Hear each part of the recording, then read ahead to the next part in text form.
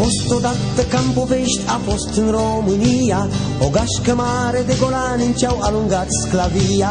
Noi nu ne-am confundat nici când cu oamenii de bine, numiți și neocomuniști și fără de rușine. Mai bine haimana decât trădător, mai bine huligan decât dictator, mai bine golan decât activist, mai bine mort decât comunist. Vrem libertate, nu comunism și nici schimbări de formă, și de aceea securiști să nu ne puneți normă. Noi nu vrem neocomunism, nici neolibertate, democrații originale și nici minciuni sfruntate.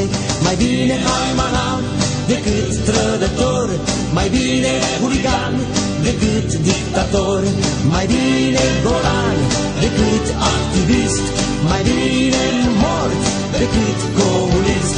Ne-ați întrebat ce vrem aici, dar știe toată țara, noi susținem punctul 8 de la Timișoara. A căzut 473 ce ținea TVR, legat în lanțurile ei, dar tot degeaba e.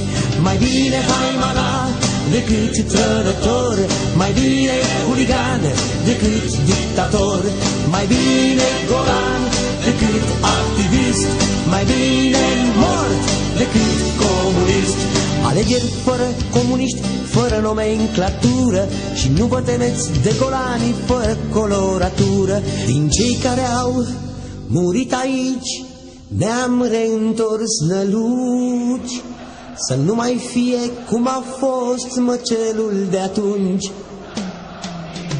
Mai bine haimana decât trădător, mai bine huligan decât dictator, mai bine golan decât activist, mai bine mort decât comunist.